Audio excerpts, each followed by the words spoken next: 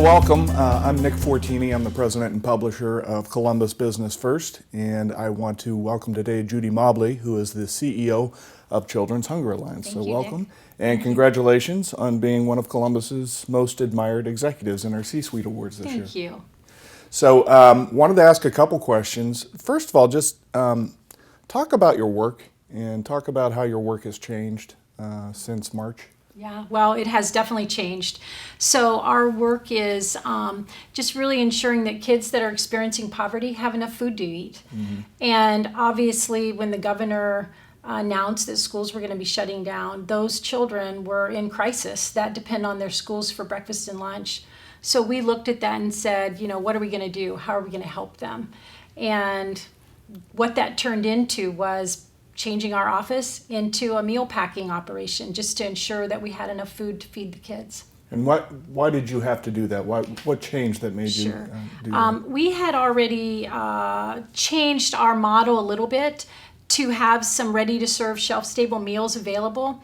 And we were preparing to feed kids over spring break. So right when the announcement came, I had 18,000 meals on hand. But that food vendor that we were working with really throughout the pandemic had more and more need for his food and really ran low, could not meet the demands that we had. We were getting calls from all over the state to help feed their kids. And so in order to do that, we had to just kind of stop what we were normally doing, start ordering individual food components and packing meals. What was the biggest lesson that you learned? I guess the biggest lesson for me was just be willing to be flexible. You've got to be able to be ready to change what you're doing. Personally, I'm pretty conservative by nature. My background is finance and accounting, and I like to pilot something. In this situation, we didn't have that luxury of time. We just had to turn on a dime and start doing something to make sure we had the food.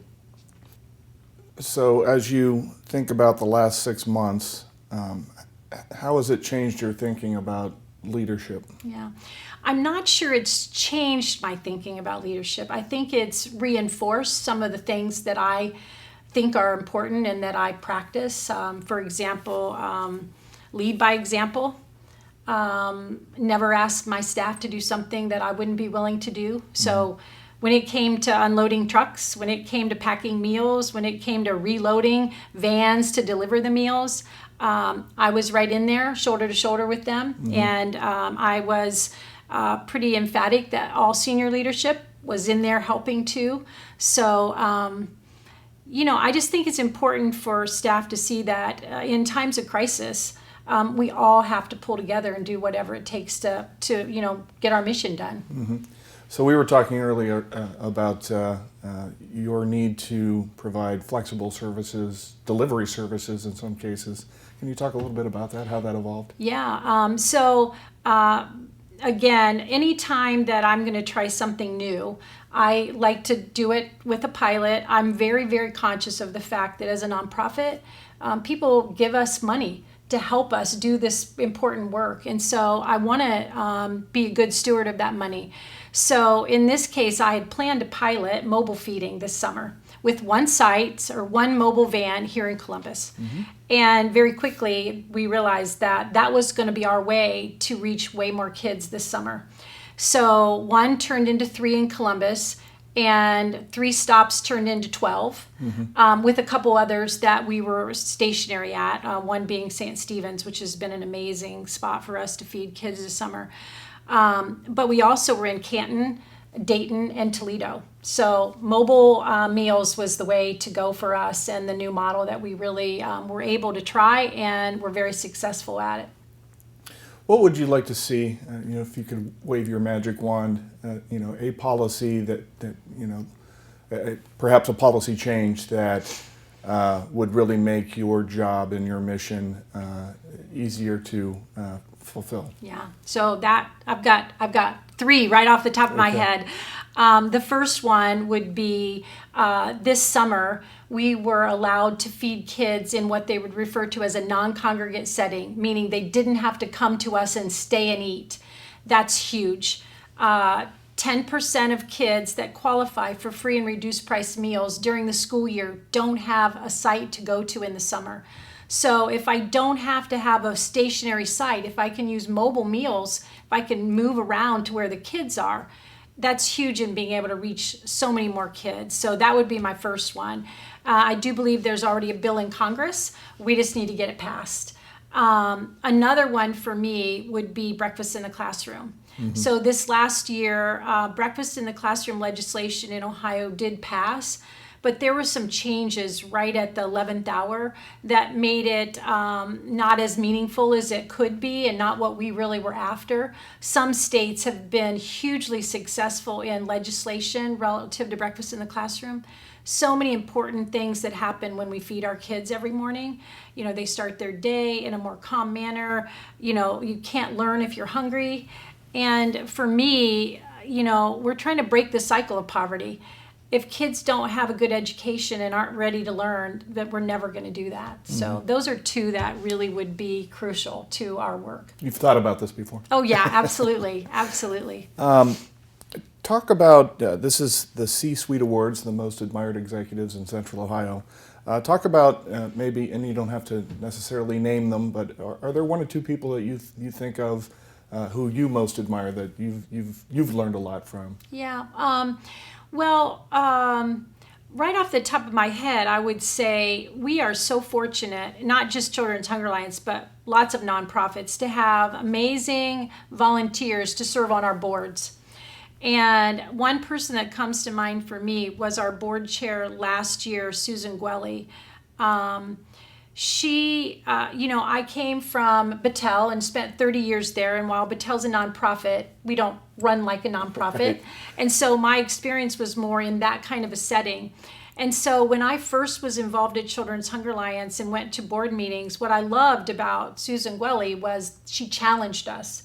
You know, I'm not looking for a board member that just blesses everything. You know, I want I want board members that are engaged and challenge our decisions and really are in it with us. And I've always felt that that's where she was. I'm really sad her term ends September 30th.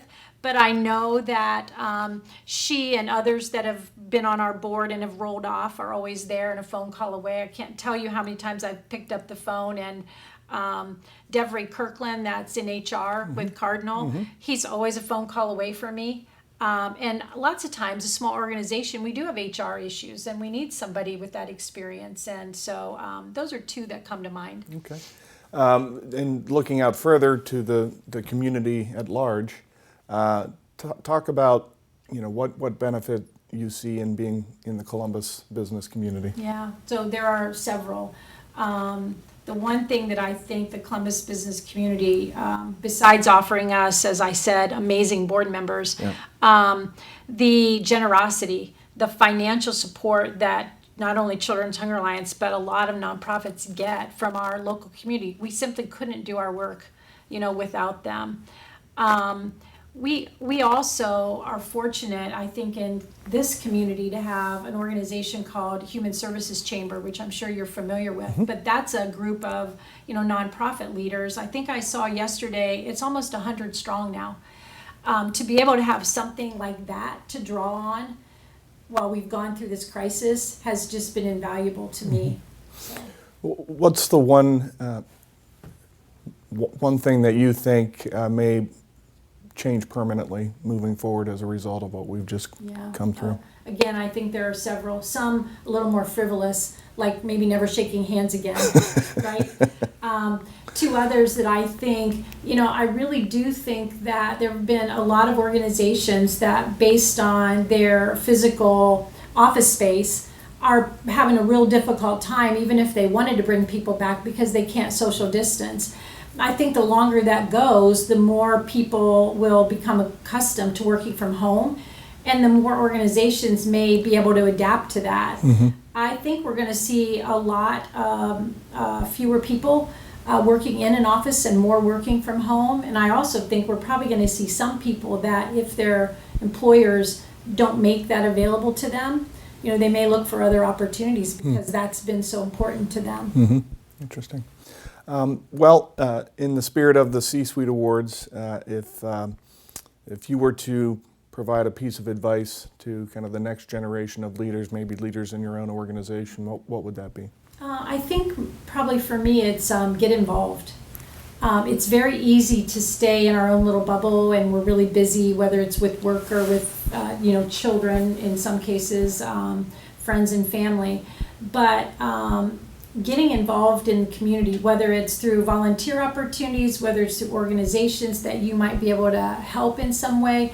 Maybe it's just going to things when the topic is important to you at Columbus Metropolitan Club activities, where you can engage with other people. I can't tell you how many times I'm meeting with someone and we, somewhere in the conversation, it moves to, oh, well, do you know? Well, let me introduce you. Mm-hmm. There's just such a willingness in this community to connect people, and I think that's critical for leaders, even current leaders or future leaders. Yeah, agreed. Any final thoughts? No, I just thank you so much for recognizing the work that we've done. This is certainly not an award for Judy Mobley. It's an award for Children's Hunger Alliance. And again, organizations are only as strong as their people. And we've got some great ones that have just jumped in this crisis and really pulled together and allowed us to, I think I'd shared with you earlier, since the pandemic started, we've provided about 1,100,000 meals. And that's a lot of meals to kids across our state. Mm-hmm. And we don't really see an end in sight with where we are, so we'll continue to do that. Well, Judy Mobley, CEO of Children's Hunger Alliance, thanks for being here, and congratulations once again on being a most admired executive in Central Ohio. Thank you, Nick. Thanks for having me.